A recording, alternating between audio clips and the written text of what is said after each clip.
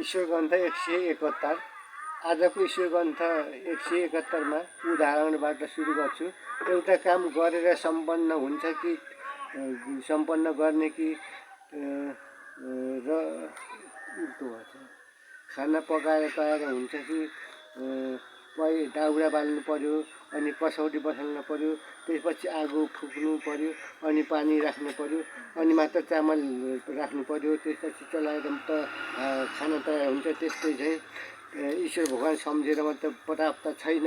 हत्या हिंसा गर्न भएन, स्वार्थमा हिँड्न भएन, शुद्ध आहार विहार गर्न पर्यो, ज्ञान विवेक सभ्यता आचरण चरित्र भाइचारा शान्ति अहिंसा शुभ बोली नम्र बोली मिठास बोलीमा हुनु पर्यो, साँचो बोली साँचो प्रेम गर्नु पर्यो, नम्र हुनु पर्यो, झुट लुकी छिपी गर्नु भएन।